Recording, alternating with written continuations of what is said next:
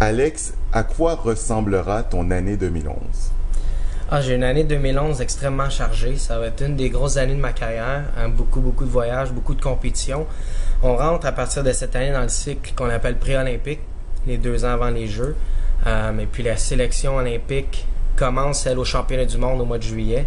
Donc, grosse année, beaucoup de compétitions avant ces championnats du monde-là. Mais évidemment, le gros défi, ça va être en Chine, encore une fois, à Shanghai pour les championnats du monde aquatique, où, là, dans l'épreuve individuelle, les 12 premiers ouvrent un spot, comme on dit, qualifient une fois le pays pour l'épreuve. Et pour le synchro, les 4 premiers, donc, réussir à qualifier une équipe. Donc, une grosse compétition. On essaye de se débarrasser, si on veut, de ces sélections-là pour pouvoir se concentrer sur l'aspect individuel pour l'année d'après. Et à travers tout ça, tu deviens un copropriétaire d'un bar à Montréal. Mm-hmm. Est-ce que tu penses que justement tu vas être capable d'allier les efforts et la fête? Absolument. Puis parce que, comme je l'ai dit, c'est pas nécessairement l'objectif que je vienne faire la fête ici toutes les fins de semaine, à chaque fois qu'on est ouvert. C'est pas ça le point. Mes amis, en m'offrant ce projet-là, savaient très bien que la priorité restait le plongeon. Et puis ça a été clair depuis le début. Ça, sinon, je serais pas embarqué. Alors, tu sais, quand j'approche les compétitions, ils savent très bien que je pourrais pas être présent, que si je passerai pas longtemps, puis c'est pour dire bonjour. Parce que, comme j'ai dit, la priorité reste le plongeon, au moins pour les 2 prochaines années. Après ça, on verra. Donc moi, j'invite mes amis, je m'assure qu'ils soient présents, qu'ils passent un bon moment. Et puis, je retourne me reposer parce que le lundi, cogne à la porte, puis c'est pas trop long. Tu pars combien de jours par année à l'étranger pour des compétitions, pour des entraînements, Ben, cette année, par exemple, j'ai pas le chiffre exact, mais c'est certain que je vais être parti au-dessus de 100 jours pendant l'année. 100 jours? 100 jours pour entraînement, compétition, peu importe. Et quand tu pars, c'est des stretches de quoi? D'une semaine? À coup de 1 ou 2 semaines, dépendant de la situation. Les plus grosses compétitions, comme les championnats du monde, là, je vais être parti un bon 3 semaines, presque un mois. Puis surtout quand c'est en Chine, c'est de l'autre côté de la planète. Il faut s'adapter au décalage pour être certain qu'à la journée de compétition, ben, on soit vraiment juste concentré sur la performance et non encore être en train de s'adapter à la nourriture, la température, le décalage et toutes ces choses-là. Donc, on peut souhaiter te voir ici assez souvent, mais on va dire 100 jours par année, tu pars, les 200 autres jours. Là, t'es déjà en train de c'est ça, les 200 autres jours. En fait, on est ouvert le samedi et le dimanche, hein, donc préférablement le samedi, à moins que je change mon horaire d'entraînement, dépendant de l'événement qu'il y a le dimanche ici à l'Impérial. Mais comme je l'ai dit, la priorité reste le plongeon. Ça, les gens doivent pas oublier ça. C'est vraiment une opportunité pour moi ici d'embarquer dans un beau projet d'affaires avec des amis. Un projet qui met évidemment en valeur la bonne musique, que j'adore, la musique électronique. Et puis, c'est un endroit où mes amis peuvent venir faire la fête. J'ai pas besoin d'être là non plus, tu sais. Donc, oui, je serai pas là tout le temps, mais je vais être là le plus souvent possible pour que ça reste raisonnable, pour que je puisse encore être optimal avec ma carrière de plongeon. Questionnaire bar de nuit, quel est ton drink préféré? Moi, je bois de la vodka. Quand je fais le party, c'est la vodka. Je mélange avec du soda et puis un splash de jus de raisin parce qu'évidemment, j'essaie quand même de sauver les calories.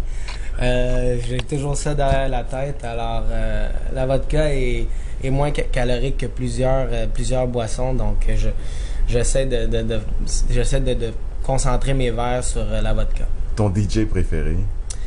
Ben là, il y en a plusieurs. Carl Cox, c'est un de mes grands préférés. Puis j'ai eu la chance de le voir jouer en Espagne cet été. C'était vraiment une soirée incroyable. Deadmau5, qui est canadien, qui est aussi très très fort, que j'aime beaucoup. C'est tous des gens que j'aimerais éventuellement faire venir jouer ici, hein, mais parce que ça fait des gros événements aussi. Et quel genre de fille tu cruises dans les bars? Moi, quand je suis ici, je suis occupé, hein, je m'assure que mes amis soient bien. J'ai pas un type de femme unique, donc je mets pas de barrière tout de suite en partant, tu comprends? Ça, c'est une réponse de politicien, ça. Non, c'est la vraie réponse. Ok, ça, c'est... Ça veut dire que j'ai pas de type parfaite, blonde, brune, rousse ou grande, petite. Je suis assez ouvert à ce niveau-là, donc... Donc, ça, c'est la Voilà. réponse d'un célibataire ou d'un gars qui D'un a une blonde célibataire, ouais. qui veut pas dire qu'il y a une blonde? non, la réponse d'un célibataire. Ah, ok, d'accord. Quel genre de personne tu veux voir ici?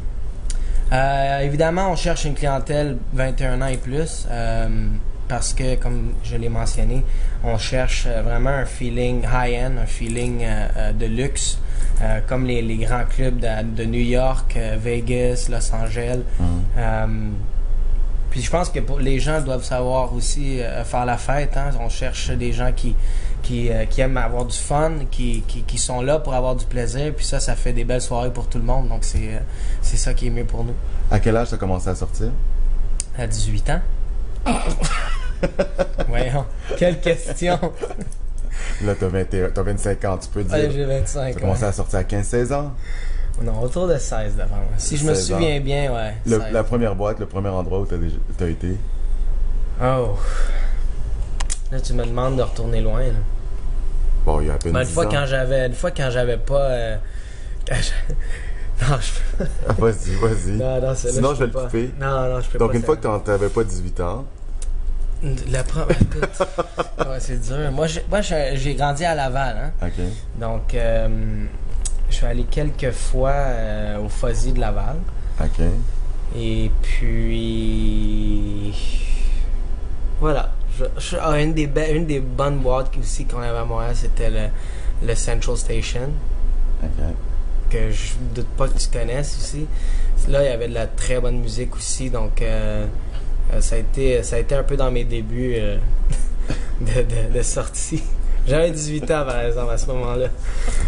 Tu mens tellement. Non, en tout cas, dans le temps du Central Station, 18 ans. Mais C'est pas du Fuzzy. pas un mensonge. Non, celui-là, non. Puis je me suis essayé souvent aussi, puis ils m'ont pas laissé rentrer. Le Radio Lounge, Aussi, ouais. t'avais-tu 18 ans? Pas toujours. Pendant un bout de temps, oui. Ben, Mais, ça nous rassure de savoir que pendant qu'on te voyait plonger, gagner des médailles, tu t'amusais aussi. absolument. J'ai pas tout manqué de mon adolescence, hein, mais... non, j'ai rien manqué. Je l'ai vécu différemment, puis je pense que c'est ça qui est important, c'est l'équilibre, c'est de savoir décrocher un certain moment, puis d'être capable de ramener aussi le focus vers ce qui est important quand lundi arrive. Puis ça, je pense que j'ai réussi à bien le faire jusqu'à date. Donc, j'ai une bonne base pour les 2 années qui s'en viennent encore. Merci beaucoup, Alex. Merci, Herbie.